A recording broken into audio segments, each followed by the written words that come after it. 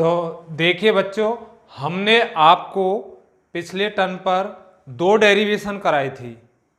देखो, आप यदि ढंग से समझना चाहें तो वैसे ही आपकी समझ में ये आ जाएगा कि हमारे पास 3 तरह की वस्तु हो सकती हैं।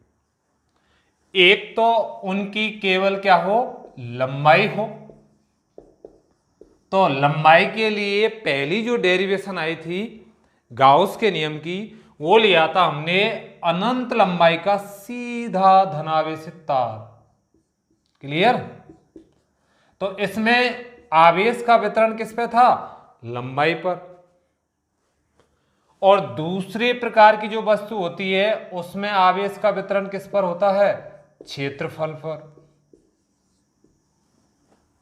तो हमारी जो दूसरी डेरिवेशन थी गाउस के नियम की एप्लीकेशन की, और उस दूसरी डेरिवेशन में हमने एक चादर ली थी, समतल चादर। और कैसे आकार की थी वो, अपरिमित आकार की अनंत समतल चादर थी। इसको हमने कैसे आवेशित किया था, धनावेशित किया था। देखो, आवेशित कैसे भी कर सकते हैं, ऋण या धन। ठीक है, धन से विद्युत क्षेत्र रेखाएं बाहर निकलती हैं, जबकि ऋण में क्या करती हैं, प्रवेश। तो आप यदि ढंग से समझ के फिजिक्स की पढ़ाई करोगे तो आपको स्वतः ही समझ में आ जाएगा, क्योंकि पहली वस्तु लंबाई हो गई, दूसरी वस्तु में क्या आ गया, क्षेत्रफल। तो इसका जो सूत्र लिखा था, देखो इसमें लंबाई पर जब आवेश का वितरण आता है तो उसके लिए हम रेखीय आवेश घनत्व लैम्बडा लेते हैं, और लैम्बडा बराबर हो जाता है आवेश बटे लंबाई। इसमें सूत्र आया था E बराबर 2k lambda upon R। Clear बच्चों? ये आया था अनंत लंबाई के सीधे आवेशित तार के कारण विद्युत क्षेत्र की तीव्रता। जब क्षेत्रफल पर आवेश वितरित है तो पृष्ठ आवेश घनत्व हो जाएगा सिग्मा, और सिग्मा बराबर हो जाएगा आवेश बटे क्षेत्रफल। इसकी जो विद्युत क्षेत्र की तीव्रता आई थी वो आई थी E बराबर सिग्मा बटे 2 एप्सिलॉन 0।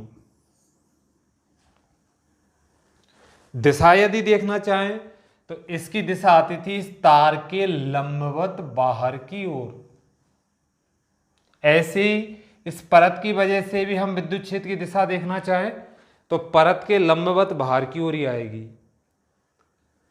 यदि ये ऋणावेशित होता, यहां भी ऋणावेश होता, तो ये जो विद्युत क्षेत्र रेखाएं ये भीतर की ओर निर्दिष्ट होती।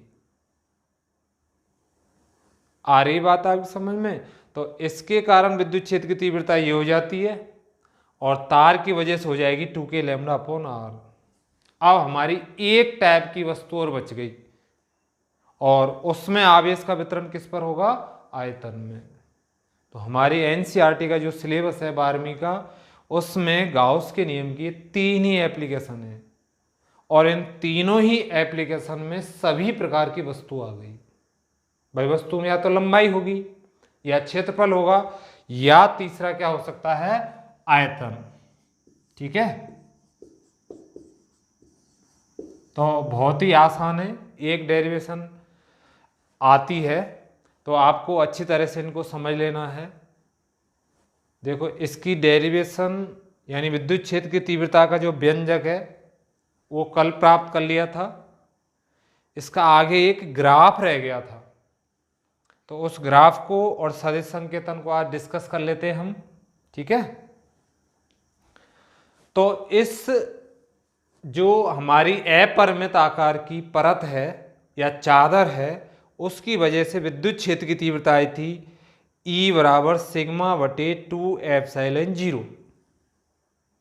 मैं इसको सदिश संकेतन में लिखना चाहूं तो देखो, सदिश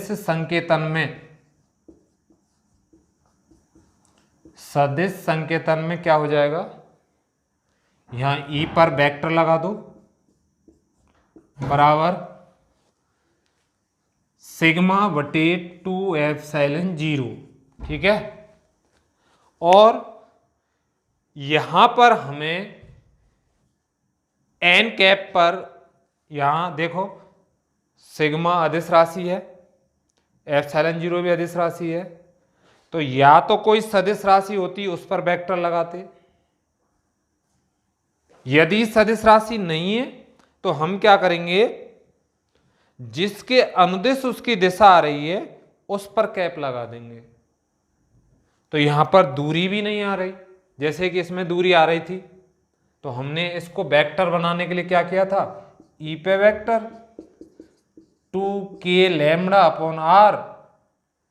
देखो वैसे तो कोई वेक्टर है नहीं, लेकिन विद्युत क्षेत्र की जो दिशा है वो किसके अनुदिश है, दूरी के अनुदिश, तो हम इस आर पर कैप लगा देंगे, आर कैप।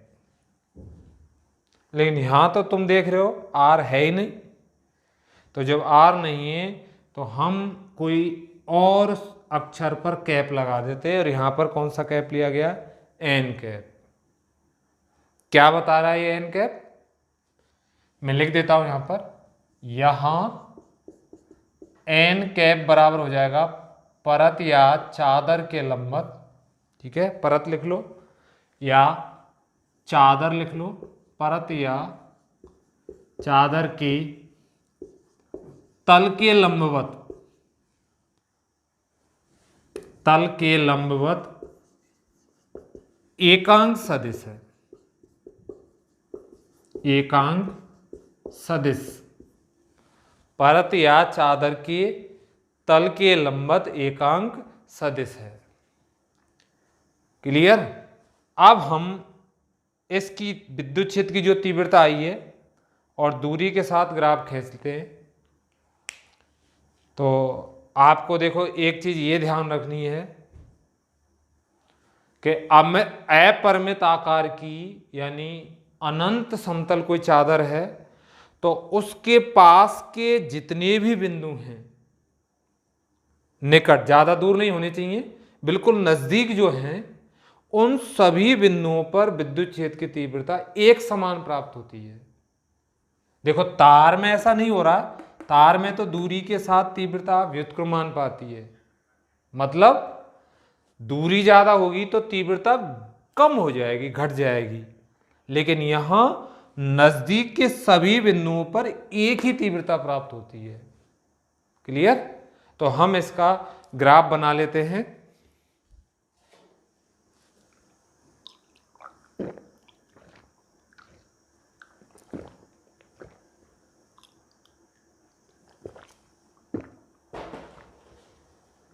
तो देखो इसके लिए हम ग्राफ खींच रहे हैं। ग्राफ खींचने के बाद हमारे पास एक तीसरी टाइप की वस्तु रह गई है, जिसमें आवेश का वितरण किस पर होगा, आयतन पर, और गाउस की ये तीनों एप्लीकेशन पूरी हो जाएंगी। ठीक है। इसके बाद हम आपको न्यूमेरिकल करना सिखाएंगे कि किस तरीके से न्यूमेरिकल किया जाता है।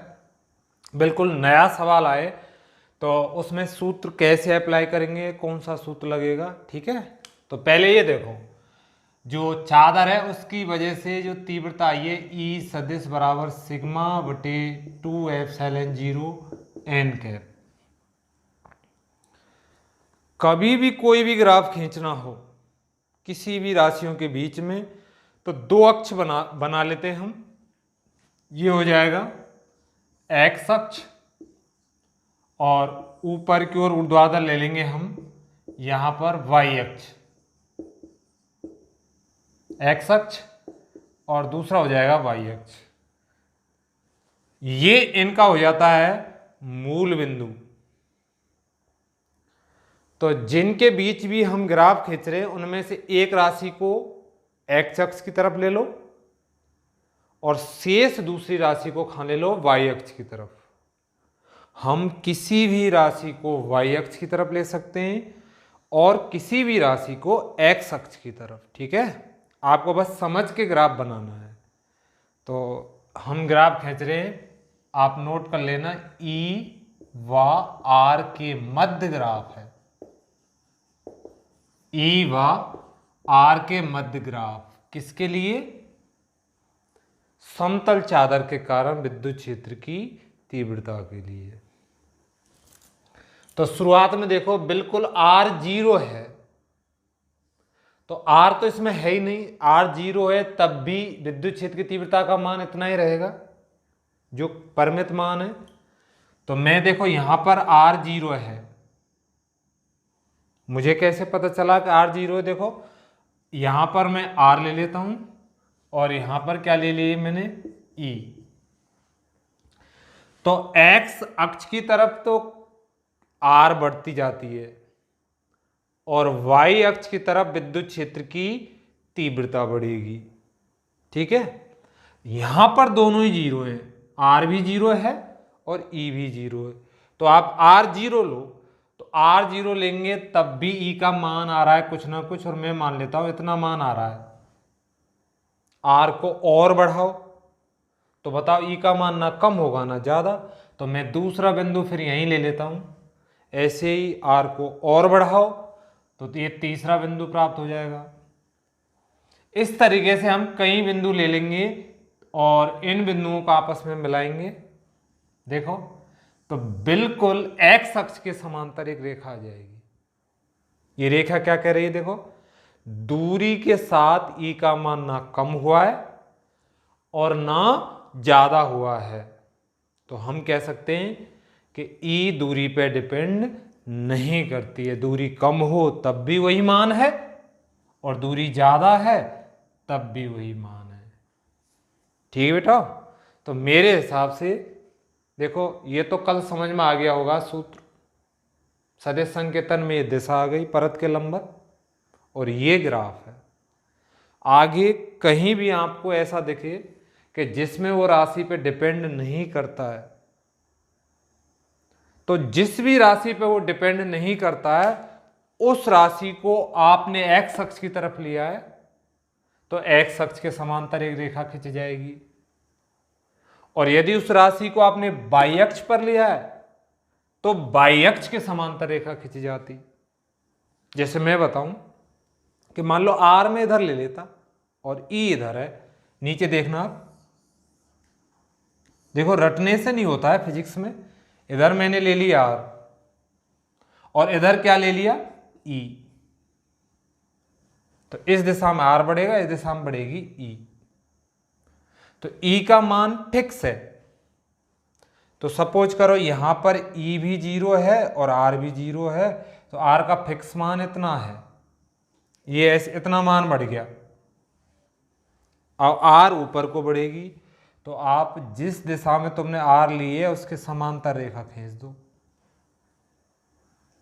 ये ग्राफ प्राप्त हो जाएगा E और R के बीच। तो आप कैसे भी समझ के ग्राफ बना सकते हो, कोई सा भी। व्युत्क्रमानुपाती होते तो कैसा ग्राफ आ जाता, ये आ जाता अति परवलय। ठीक है, समानुपाती होते तो ग्राफ आ जाता एक सीधी रेखा। तो धीरे धीरे अभ्यास से आपको समझ में आ जाएगा और आपको ग्राफ में कोई दिक्कत नहीं आएगी। ठीक है, पहले डेरिवेशन में ग्राफ इस तरीके से व्युत्क्रमानुपाती आया था और अब दूसरे डेरिवेशन में x अक्ष के समांतर एक रेखा आई है। क्लियर? अब हम तीसरी डेरिवेशन पे चलते हैं। आप देखो ये हेडिंग लिख लेना, E और R के मध्य ग्राफ, और ये ग्राफ बना लेना, ये वाला। ठीक है, आप स्क्रीन पोज कर लेना और पोज करके इसको बना लेना।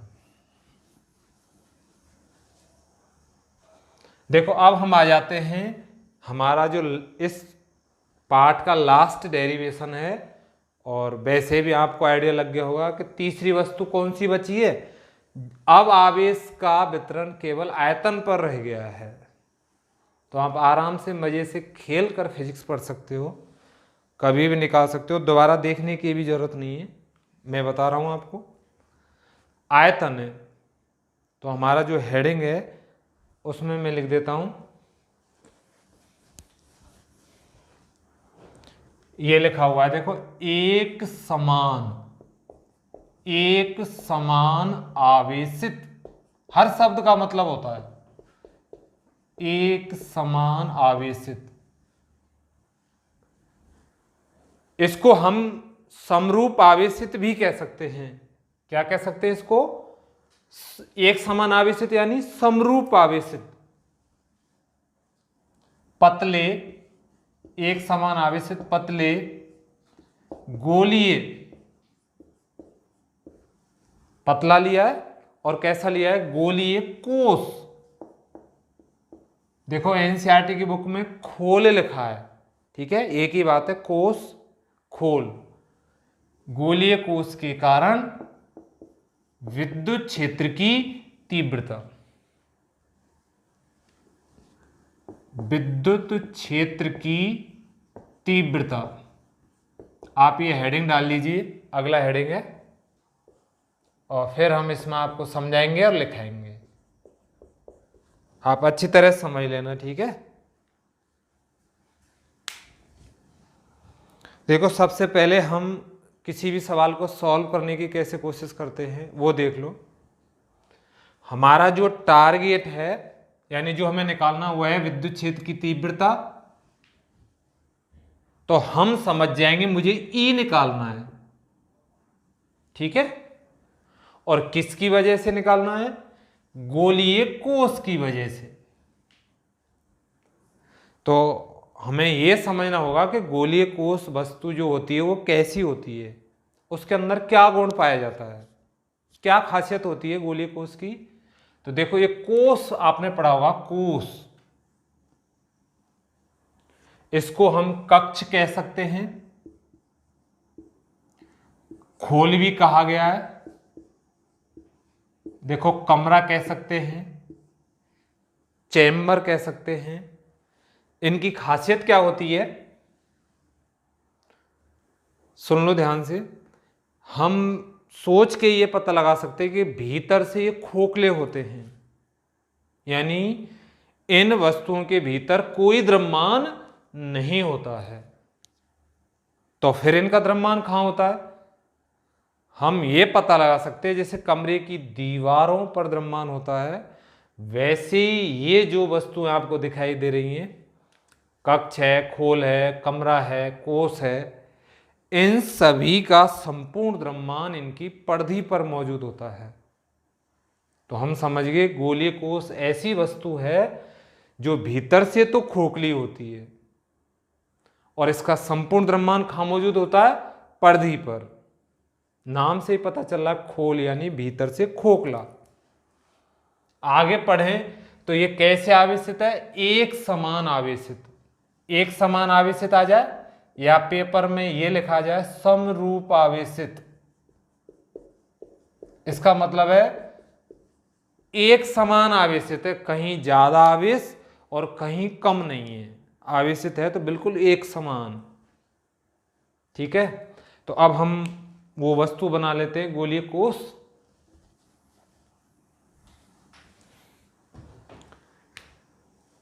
तो ये देखो कैपिटल आर त्रिज्या का एक गोलीय कोष है, इसकी त्रिज्या ले लिए हमने कैपिटल आर, वृत्ताकार नहीं है, ध्यान रखना, गोलाकार है, गोलीय कोष है। अब कोई आवेश चुन लो, बढ़िया कौन सा आवेश रहता है? धनावेश। तो हम इसको एक समान धनावेश दे देंगे। हमें पता है, अभी बताया था मैंने कि ये भीतर से खोखला है, तो इसका जो द्रव्यमान है वो कहां वितरित हो जाएगा? बाहर वितरित हो जाएगा एक समान रूप से। क्लियर? तो इस खोखले होने की वजह से और हमारे पास तीन बिंदु मिल जाते हैं। अब तक तो एक ही बिंदु था, लेकिन इस गोलीय कोष की खासियत ये होती है भीतर से खोखला है तो तीन बिंदु मिल गए अब हमें, एक भीतर वाला, एक सतह पर और एक इसके बाहर। तो ध्यान रखना गोलीय कोष की वजह से तीन बिंदुओं पर डेरिवेशन करनी है। कुछ बच्चे एक ही बिंदु पर करके छोड़ के आ जाते हैं इसको, तो नाम से ही हेल्प मिल जाएगी आपको। ये खोखला है इसलिए भीतर भी होगा बिंदु, सतह पर भी होगा और कहाँ होगा? बाहर। देखो, डेरिवेशन शुरू करने से पहले आप गोलीय कोष के बारे में लिख लीजिए। सबसे पहला आपने हेडिंग लिख लिया होगा, और फिर हम आपको गोलीय कोष के गुण के बारे में बता देते हैं। तो आप नोट कीजिए, गोलीय कोष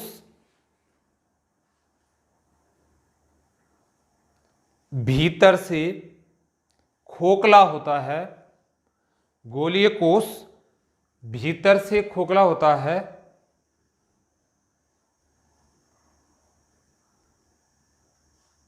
इसका संपूर्ण द्रव्यमान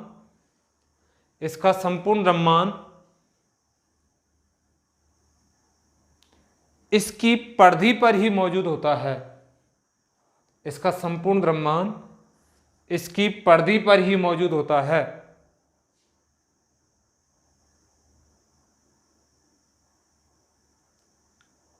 अतः हम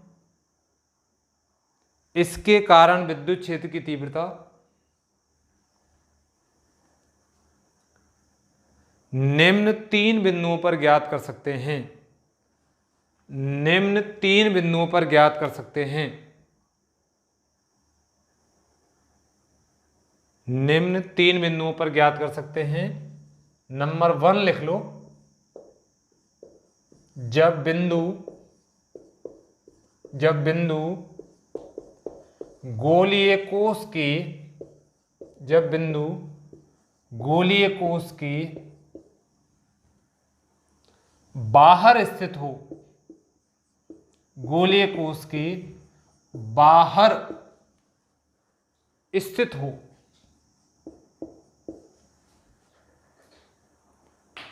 और इसमें हम ले सकते, देखो,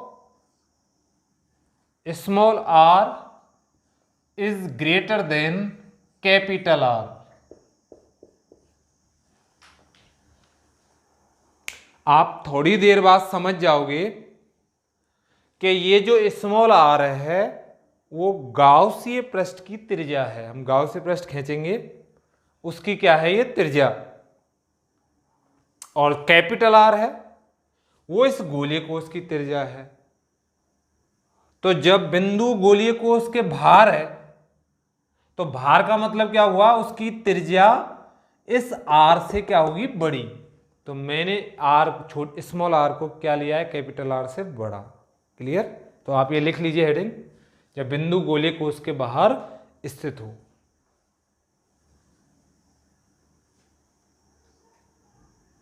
उसके बाद हम आपको ये चित्र समझा देते हैं। तो हमने क्या किया है, इस गोलीय कोष को एक समान धनावेश से आवेशित कर दिया है। और आवेश आप चाहो तो कैपिटल Q लिख सकते हो या स्मॉल q ले लो, आपकी इच्छा के ऊपर बात है, आप कोई सा भी लिख लो, ठीक है। आप ध्यान दीजिए इधर, हमें गाउस की एप्लीकेशन से विद्युत क्षेत्र की तीव्रता निकालनी है। तो गाउस का नियम तो किसके लिए लगता है, परिबद्ध आवेश के लिए।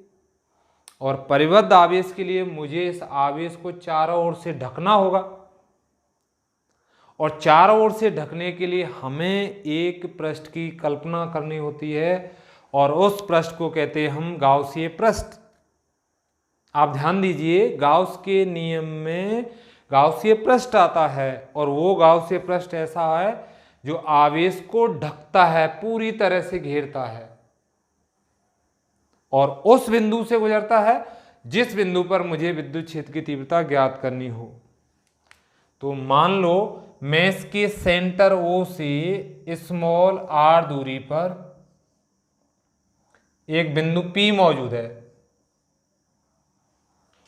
और इस बिंदु P पर विद्युत क्षेत्र की तीव्रता ज्ञात करना चाहता हूं। तो स्मॉल O को केंद्र मान लो, और स्मॉल r त्रिज्या के एक गोलाकार गाउसीय पृष्ठ की क्या करेंगे, हम कल्पना कर लेंगे। ये कैसा पृष्ठ है, एक तो गोलाकार है, क्योंकि मैंने आपको बताया था या तो गाउसीय पृष्ठ होगा बेलनाकार और या होगा गोलाकार। अपनी सुविधा अनुसार ले लेते हैं। तो गोलाकार गाउसीय पृष्ठ है ये। क्लियर। अब हम इस पर एक अल्पांश ले लेते हैं बिंदु P पर। तो मैंने एक छोटा सा क्षेत्रफल अल्पांश ले लिया है। अब आपके दिमाग में ये बात आ रही होगी हमने क्षेत्रफल अल्पांश क्यों लिया है? क्योंकि गाउस के नियम में जो फ्लक्स बाहर निकलेगा वो किससे निकलता है? क्षेत्रफल से। हम छोटा सा क्षेत्रफल ले लेंगे और फिर पूरी परिधि के लिए उसका क्या कर देंगे? समाकलन। ठीक है, तो इस पूरे गाउसीय पृष्ठ से कितना फ्लक्स बाहर निकलेगा उसका उत्तर आ जाएगा। और फ्लक्स ही किससे जुड़ा होता है? विद्युत क्षेत्र की तीव्रता से। तो हम इस बिंदु पर देखो विद्युत क्षेत्र की तीव्रता देख लेते हैं। ये धनावेश है, तो मैंने बताया था कि धनावेश से विद्युत क्षेत्र रेखाएं बाहर निकलती हैं और तल के कैसे होती है? लंबवत। तो प्लस आवेश की वजह से बाहर निकलती हैं और माइनस आवेश की वजह से प्रवेश करती है। तो ये धनावेश है तो बाहर निकलेंगी। ये किसकी दिशा हो जाएगी? ई सदिश की। ऐसे में क्षेत्रफल अल्पांश की यहां लेना चाहूं तो उसकी दिशा भी यही आएगी, तल के लंबवत। तो मैं कह सकता हूं दोनों की दिशा एक ही दिशा में होगी, ई सदिश और डीएस सदिश। तो इनके बीच में जो कोण बनेगा उस कोण को लिख देता हूं मैं 0 डिग्री। आ रही है ना समझ में? क्षेत्रफल तल के लंबवत होता है तो यही दिशा होगी। विद्युत क्षेत्र भी तल के लंबवत होता है। गोलीय कोश एक चालक है तो उसके तल के लंबवत भी दिशा यही आएगी। तो दोनों कैसी हो गई? समान दिशा में। हम और बिंदुओं पर देख लेते हैं। देखो आप यहां को एक बिंदु ले लो, ये क्षेत्रफल अल्पांश ले लिया, तो इस पे क्षेत्रफल की दिशा कैसे होगी? इसके तल के लंबवत, यानी ये हो जाएगा डीएस सदिश। अब इसी पे ई निकालो, तो ये धनावेश है और इस धनावेश के लंबवत ऐसे आ जाएगी ई सदिश। यहां ले लो चलो एक बिंदु, यहां पर मैंने एक क्षेत्रफल अल्पांश ले लिया है ये। तो इस क्षेत्रफल अल्पांश पर यहां पर दिशा हो जाएगी इसकी डीएस सदिश हो जाएगा इधर को, और ई सदिश लेंगे तो वो भी इसी दिशा में आ जाएगा। आप कहीं भी ले लो, देखो दोनों एक ही दिशा में आ रहे हैं। ई सदिश और डी सदिश दोनों के बीच में कितने डिग्री कोण बन रहा है? 0। देखो ई का परिमाण देख लो, इस गाउसीय पृष्ठ पे समान है या भिन्न भिन्न है? तो देखो ई का जो सूत्र होता है धनावेश की वजह से ई बराबर होता है KQ/R। आप यहां छोटा क्यू लेना चाहो तो छोटा क्यू ले लो। तो देखो K का मान तो सबके लिए समान रहता है। अब प्रत्येक बिंदु के लिए ये देख लो Q के मान में कोई भिन्नता है क्या? तो Q का मान भी क्या होगा? समान आएगा। तो Q भी समान है। और परिधि के प्रत्येक बिंदु की O से दूरी भी क्या आएगी? समान, क्योंकि हमने R त्रिज्या का ये गोला खींचा है। और आवेश एक समान है, इसलिए प्रत्येक बिंदु पर Q का मान भी क्या आ जाएगा? समान। हां, यदि वो यहां ये नहीं कहता कि एक समान आवेशित नहीं है, इस शब्द को नहीं देता वो, ठीक है, या ये नहीं कहता समरूप आवेशित नहीं है, तो फिर Q का मान समान नहीं आता। और Q का मान समान नहीं आता तो E का मान प्रत्येक बिंदु पर अलग अलग आता, कहीं ज्यादा आ जाता और कहीं क्या आ जाता? कम। इसलिए हमने सरलता के लिए इसको क्या लिया है? एक समान। तो आगे समझ में, E का मान समान क्यों है? एक तो दूरी समान है और दूसरा ये जो गोला है, गोलीय कोश, वो एक समान आवेशित है।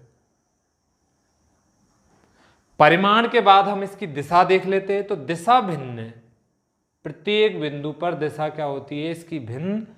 और कैसी होती है दिशा? ई की दिशा होती है त्रिज्य। और परिमाण कैसा रहता है इसका? समान। त्रिज्य का मतलब ये है कि आप देखो, त्रिज्य ये है, जैसे मान लो ये सेंटर है, ये त्रिज्या, ये सब इस गोले की त्रिज्या है। तो इस बिंदु को सेलेक्ट करूं मैं, ये बिंदु लिया है, तो विद्युत क्षेत्र की दिशा त्रिज्य होगी, यानी इस त्रिज्या के अनुदिश ऐसे होगी। इस बिंदु को लें तो यहां पे त्रिज्या खींचो आप, तो इसके अनुदिश होगी। परिमाण तो समान है, लेकिन दिशा प्रत्येक बिंदु पर भिन्न भिन्न है। और कैसी है? त्रिज्य। तो हमने क्या देखा कि गोलीय कोश की वजह से हमने जो गाउसीय पृष्ठ खींचा था, उसके प्रत्येक बिंदु पर ई का मान तो समान रहता है, लेकिन दिशा कैसी होती है? ई की त्रिज्य।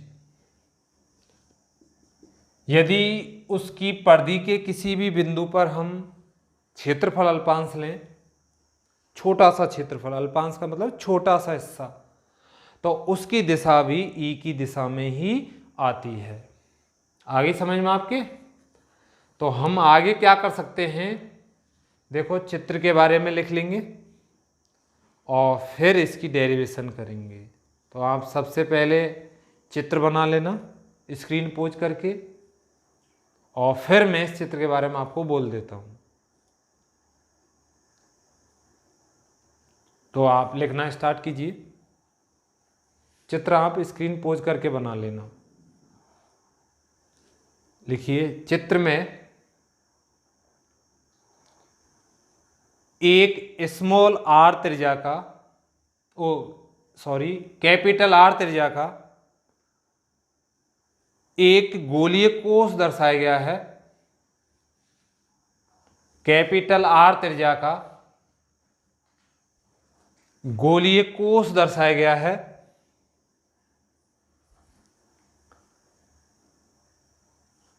जिसका केंद्र बिंदु O है, जिसका केंद्र बिंदु O है।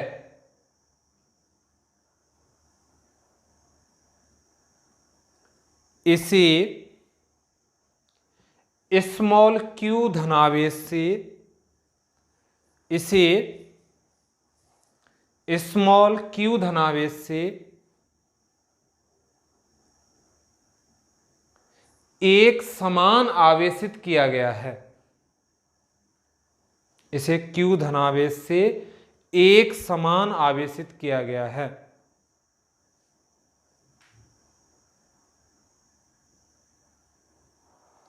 इस गोलीय कोश के केंद्र बिंदु O से,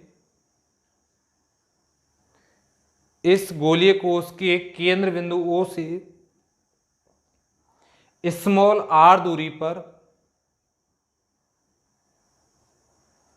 स्थित बिंदु P पर, स्मॉल r दूरी पर स्थित बिंदु P पर विद्युत क्षेत्र की तीव्रता, विद्युत क्षेत्र की तीव्रता ज्ञात करनी है।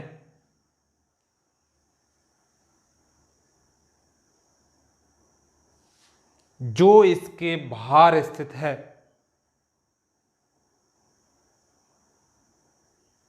जो इसके बाहर स्थित है।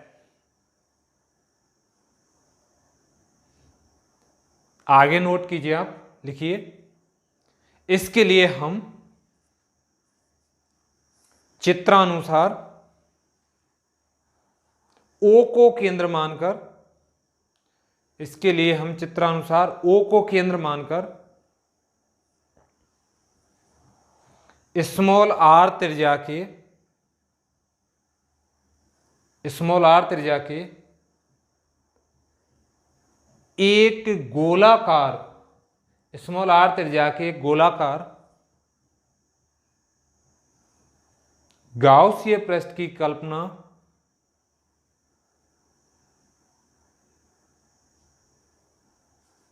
इस प्रकार करते हैं कि, एक गोलाकार गाउसीय पृष्ठ की कल्पना इस प्रकार करते हैं कि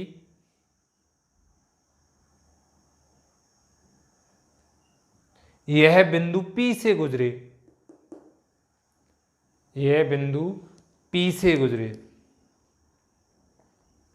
देखो वैसे तो इसकी जरूरत नहीं है, क्योंकि आपने जो R त्रिज्या मानी है वो इस P के ही बराबर है, ठीक है।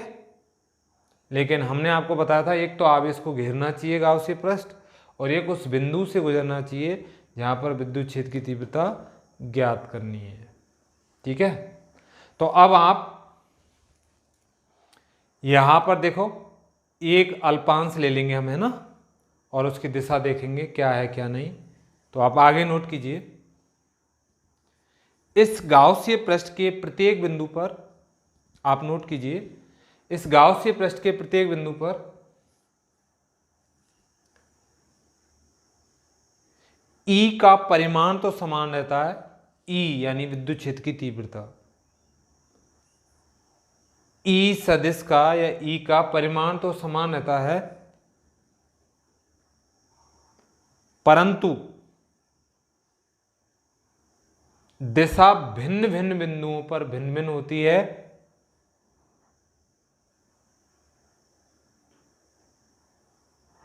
परंतु दिशा भिन्न भिन्न बिंदुओं पर भिन्न भिन्न होती है,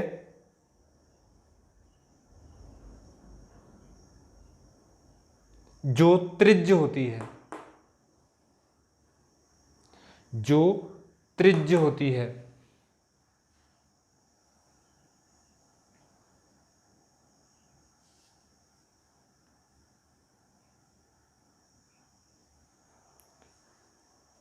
आप बिंदु P पर लिखिए, आप बिंदु P पर एक क्षेत्रफल अल्पांश, आप बिंदु P पर एक क्षेत्रफल अल्पांश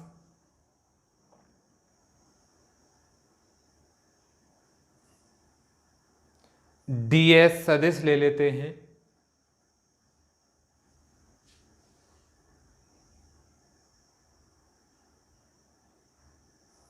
इस गाउसीय पृष्ठ के प्रत्येक बिंदु पर, इस गाउसीय पृष्ठ के प्रत्येक बिंदु पर E सदिश व ds सदिश समान दिशा में होंगे। E सदिश व ds सदिश समान दिशा में होंगे।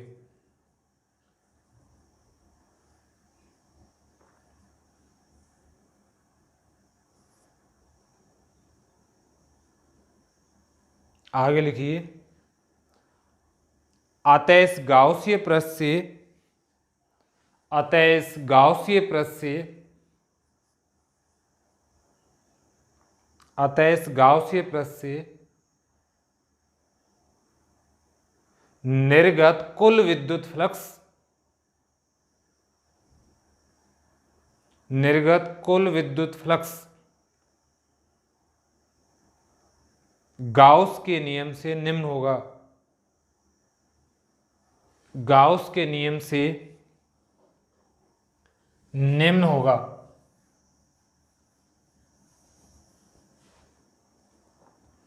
देखो अब इधर ध्यान दीजिए, हमारे पास ये सूत्र है, फाई बराबर होल इंटीग्रल ऑफ E सदिश डॉट ds सदिश बराबर आ जाएगा सिग्मा Q अपॉन एप्सिलॉन 0। अब हमारे पास एक ही पृष्ठ है। अब तक हमने गाउसीय पृष्ठ को 3 भागों में बांटा था, लेकिन यहां पर हम एक ही गाउसीय पृष्ठ है, ठीक है, और इसको एक ही भाग रखेंगे। एक क्षेत्रफल अल्पांश ले लिया है और इसी का क्या कर देंगे हम, समाकलन, तो पूरे का आ जाएगा।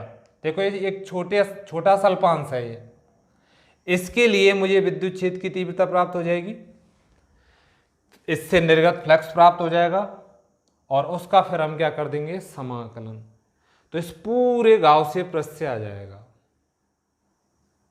तो हम लिख लेते हैं इसको आगे, तो ये हो जाएगा अगले स्टेप में whole integral of EDS cos theta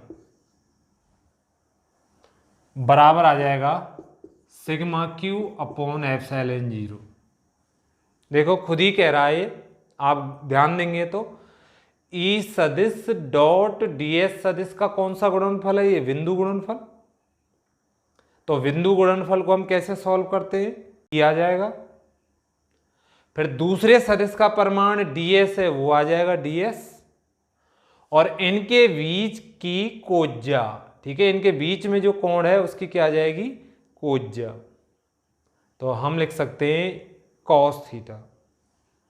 तो ई सदिश डॉट ds जहां भी मिले उसको कैसे खोलते हैं, ई ds cos थीटा।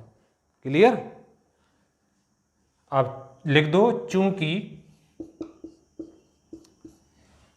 ई सदिश व डीएस सदिश, ई सदिश व डीएस सदिश समान दिशा में है, ई सदिश व डीएस सदिश समान दिशा में हैं,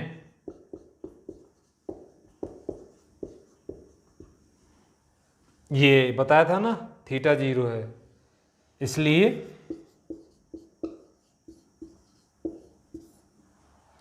इसको हम क्या करेंगे, यहां पर लिख देंगे कोण की जगह 0, ई डी एस कॉस 0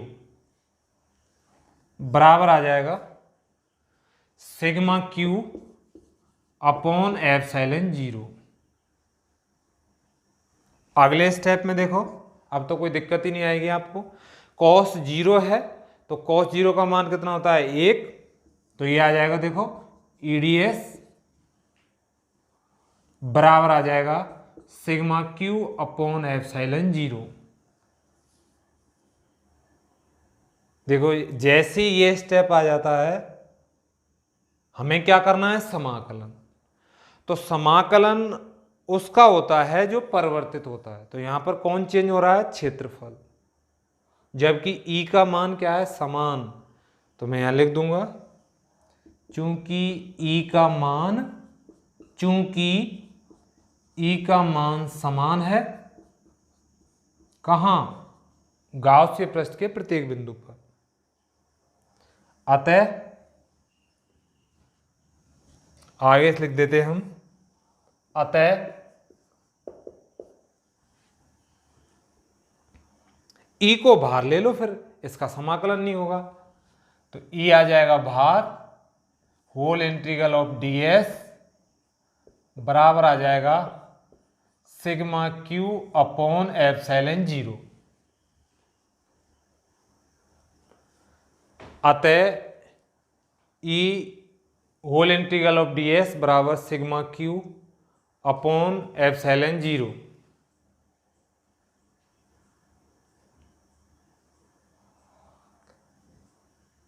अब फिर तुम्हारा दिमाग दौड़ रहा होगा, आप समझ गए होंगे, मैंने आपको पहले भी डेरिवेशनों में बताया है। देखो वही स्टेप है, बिल्कुल सेम, आप देख लीजिए। सबसे पहले हम ये समीकरण 1 लिखते हैं तीनों ही डेरिवेशनों में, तो इसको नाम दे दिया समीकरण 1। जैसे आपको तीर चलते हुए दिख जाए तो तुरंत हम ढाल लगा देते हैं, और ढाल यहां किसकी लगाएंगे, कॉस की ढाल, यानी इसको लिख सकते हैं हम कॉस थीटा, क्योंकि बिंदु गुणनफल है। तो अपने आप स्वयं लिख सकते हो यहां पर कि ईडीएस क्या आ जाएगा, कॉस थीटा। तो यहां तक आपको कोई दिक्कत ही नहीं आएगी, प्रत्येक स्टेप में ऐसे ही आएगा। यदि गाउसीय पृष्ठ के भाग हैं तो इसके आप हिस्से कर सकते हो।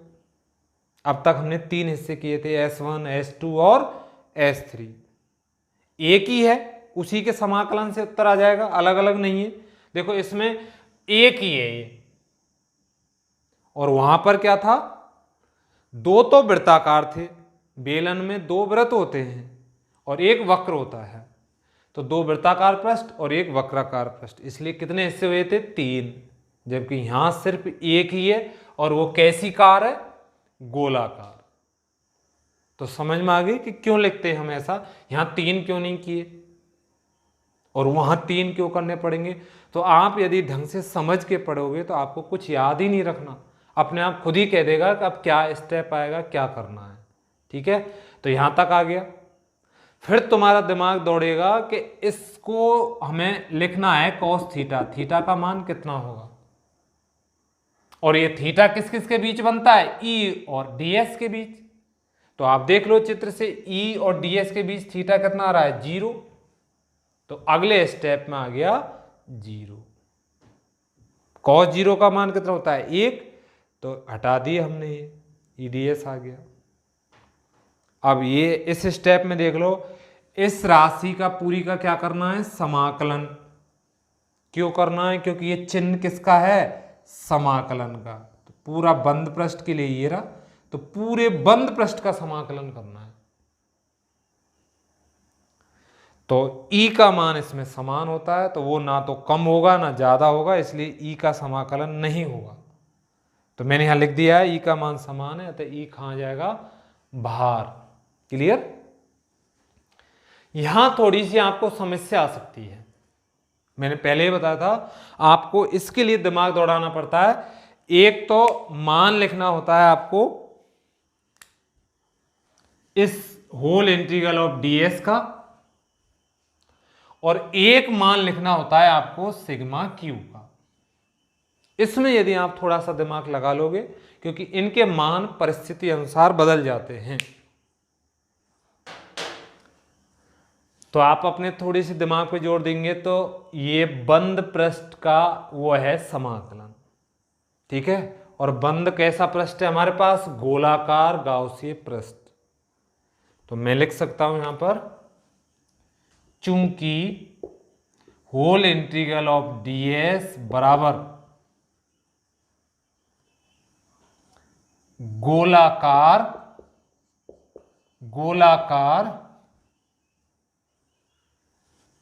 गाउसीय पृष्ठ का क्षेत्रफल, गोलाकार गाउसीय पृष्ठ का क्षेत्रफल। क्लियर। और गोलाकार गाउसीय पृष्ठ का क्षेत्रफल कितना होता है, आपने छोटी क्लासों में पढ़ा होगा कि गोले का क्षेत्रफल कितना होता है। तो देखो ये आ जाएगा,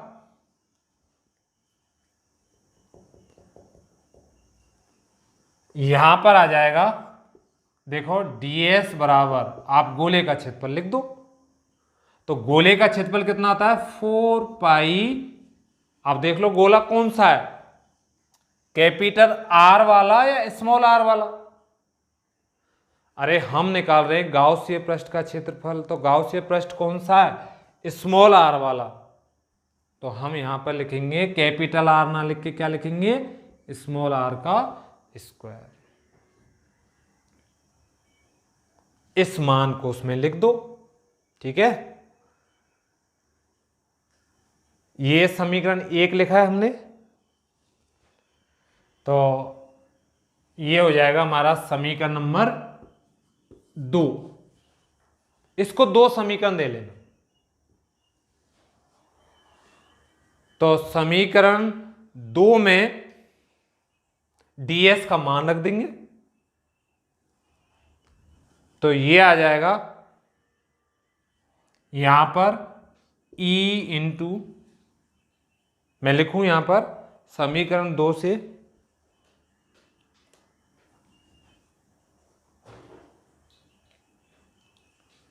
समीकरण 2 से, तो ई गुणा आ जाएगा, देखो ds है और ds का मान आ रहा है 4 पाई r स्क्वायर, बराबर आ जाएगा सिग्मा क्यू अपॉन एप्सिलॉन 0। अब बस क्या रह गया हमारे पास, सिग्मा क्यू। और इसमें सिग्मा क्यू का मान तो क्लियर दिया हुआ है। सिग्मा क्यू क्या क्या होता है, कई बार आपको समझाया, अच्छी तरह समझ लो। सिग्मा क्यू होता है परिबद्ध आवेश, मतलब चारों ओर से घिरा हुआ आवेश। तो गाउसीय पृष्ठ ने कितने आवेश को घेर रखा है, ये गाउसीय पृष्ठ है ना। तो अब गाउसीय पृष्ठ के भीतर देख लो आप, तो ज्यादा कुछ नहीं सोचना, भीतर कितना आवेश घेर रखा है इसने। तो आवेश का मान मिल जाएगा हमें Q। पहले की तरह हमने यहां पर लैम्डा नहीं लिखा है, सिग्मा भी नहीं लिखा है, क्योंकि यहां पे स्पष्ट आवेश है Q। ठीक है। तो यहां लिख देता हूं चूंकि सिग्मा क्यू बराबर गाउसीय पृष्ठ से परिबद्ध आवेश,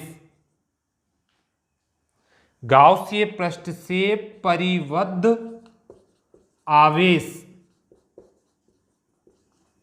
और कितना है वो, सिग्मा क्यू बराबर है स्मॉल क्यू। तो इस मान को यहां लिख दो, तो यह आ जाएगा, अतः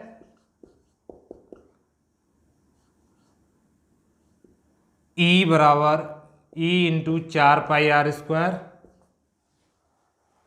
बराबर आ जाएगा सिग्मा क्यू की जगह Q बटे एप्सिलॉन 0।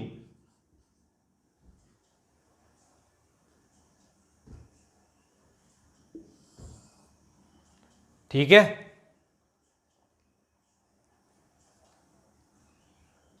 इसके बाद हम E निकालना चाहेंगे, तो ये 4πr² कहां चला जाएगा, नीचे।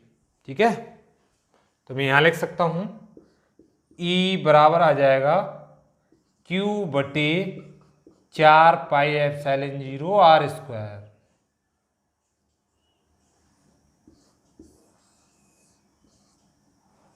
तो ये विद्युत क्षेत्र की तीव्रता का सूत्र प्राप्त हो जाता है, और इसको हम समीकरण दे लेते हैं 3। कितना समीकरण हो जाएगा ये, समीकरण 3। इसको मैं सदिश संकेतन में लिखूं, तो सदिश संकेतन में हो जाएगा ये, सदिश संकेतन में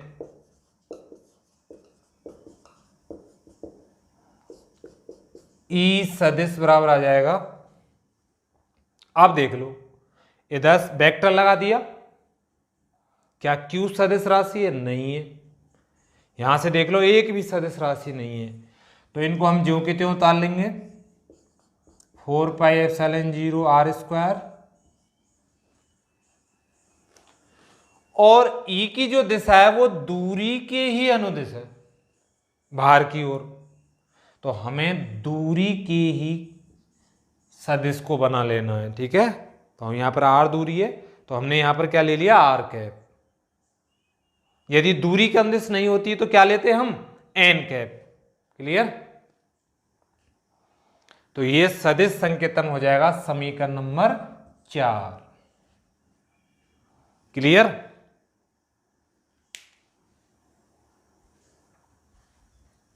तो मेरे हिसाब से आपकी समझ में ही आ गया होगा, है ना। आप इसको नोट कर लीजिए।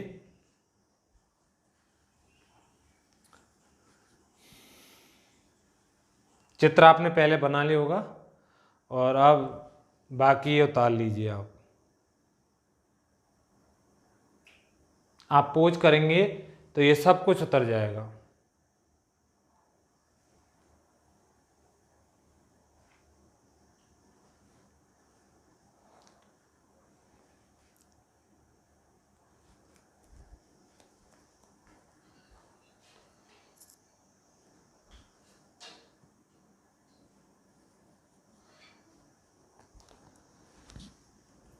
ठीक है, आपने उतार लिया होगा।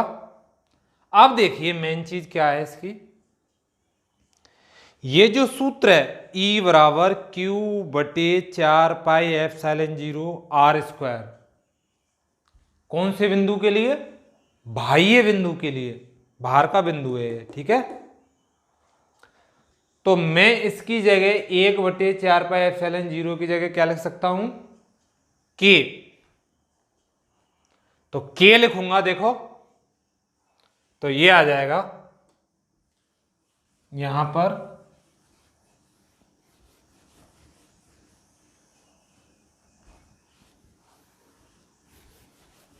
देखो, जो पहले हमारा आवेश आया था उसकी तरह प्राप्त हो जाएगा। देखो E बराबर आ जाएगा, हमने 1 बटे 4πε0 की जगह रख दिया क्या, K, आवेश की जगह Q बटे r²। आप याद करो इस सूत्र को, ये सबसे पहली डेरिवेशन आई थी और इसमें था बिंदु आवेश के कारण विद्युत क्षेत्र की तीव्रता। वहां पर हमने इस छोटे क्यू की जगह कैपिटल क्यू लिया था। समझ में आ रही है? सदिश संकेतन में भी इसको देखेंगे तो यहां पर वेक्टर लग जाएगा और यहां पे क्या लग जाएगा, कैप। तो अब आप दिमाग दौड़ाएंगे तो आपको यह पता चल जाएगा कि ये गोलीय कोष के बाह्य बिंदु के लिए सूत्र आया। यानी गोलीय कोष भी कैसे कार्य करता है, कैसे व्यवहार कर रहा है, ऐसे व्यवहार कर रहा है मानो ये बिंदु आवेश हो, क्योंकि दोनों के कारण विद्युत क्षेत्र की तीव्रता एक ही सूत्र प्राप्त हो रहा है। इससे संकेत ये मिल रहा है कि जो आवेश Q हमने इसकी परिधि पर बांटा है वो इसके ऐसे व्यवहार कर रहा है मान लो इसके केंद्र में ही इकट्ठा हो। तो ध्यान रखना, बाहर के बिंदु के लिए ये ऐसे व्यवहार कर रहा है मान लो इसका संपूर्ण आवेश इस सेंटर पर ही मौजूद है। तो आप लिख लेना, आगे नोट कर लेना। समीकरण 3 दिया था हमने इसको, तो आप लिखिए समीकरण 3 से स्पष्ट है कि, समीकरण 3 से स्पष्ट है कि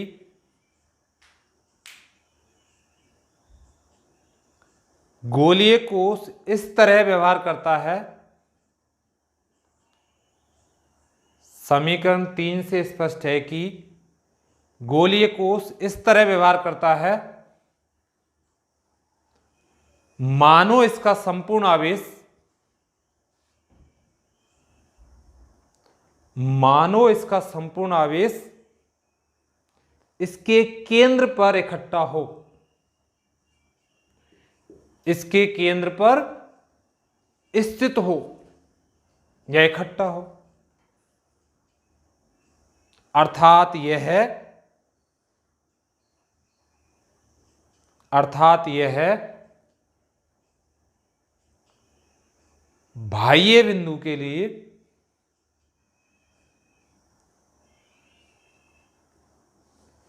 बिंदु आवेश की तरह व्यवहार करता है। बाह्य आवेश के लिए बिंदु आवेश की तरह व्यवहार करता है।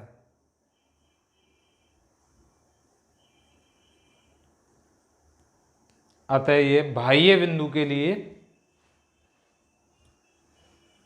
बिंदु आवेश की तरह कार्य करता है। ठीक है, ये बाह्य बिंदु है और इसके लिए ऐसे व्यवहार कर रहा है मान लो इसका आवेश कहाँ है, यहां मौजूद है। ठीक है, अब आप दूसरा हेडिंग डाल दीजिए।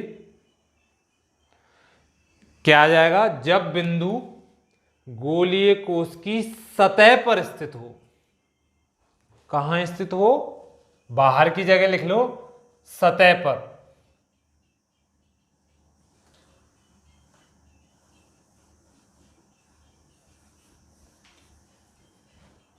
तो यहां पर आ जाएगा गोलीय कोष की सतह पर, और सतह के लिए स्मॉल आर ही किसके बराबर हो जाएगा, कैपिटल आर के। देख लो ये आर है, ये जो आर था ना अभी, ये छोटा होता आएगा, छोटा होता आएगा। ठीक है, और अब हमारा वो बिंदु कहां गया है,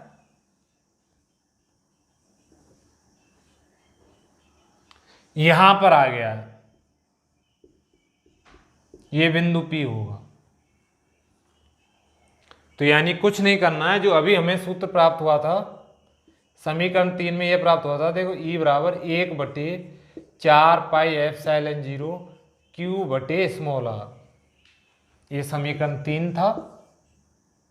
और ये समीकरण 4 था, Q बटे 4 पाई एप्सिलॉन 0 r, यहां पर आया था स्क्वायर, है ना, और ये आ जाएगा r कैप।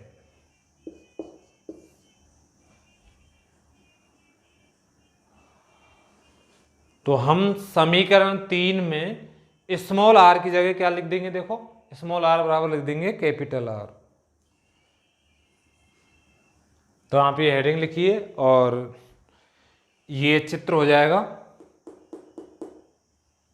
इसमें बिल्कुल वही सेम है।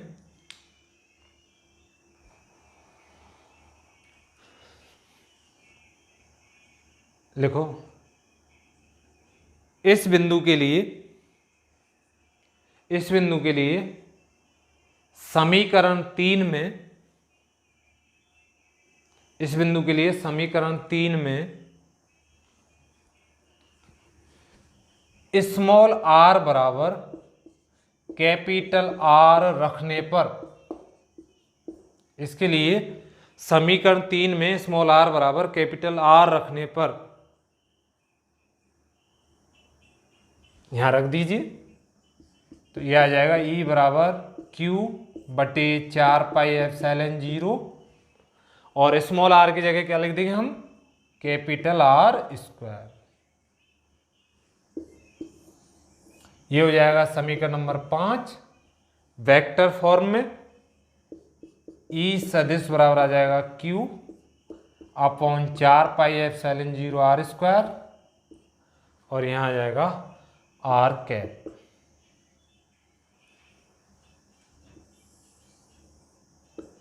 ये 6 हो जाएगा। ठीक है, अब हम आपको जो तीसरा बिंदु रह गया है, ठीक है, तीसरा बिंदु कौन सा है, भीतर निकालना है। ठीक है, आज के लिए बस हम इतना ही बताएंगे आपको, और कल हम आपको इसका तीसरा बिंदु बताएंगे जो भीतर है, और इसके बाद आपको न्यूमेरिकल कराए जाएंगे। ठीक है, थैंक्स।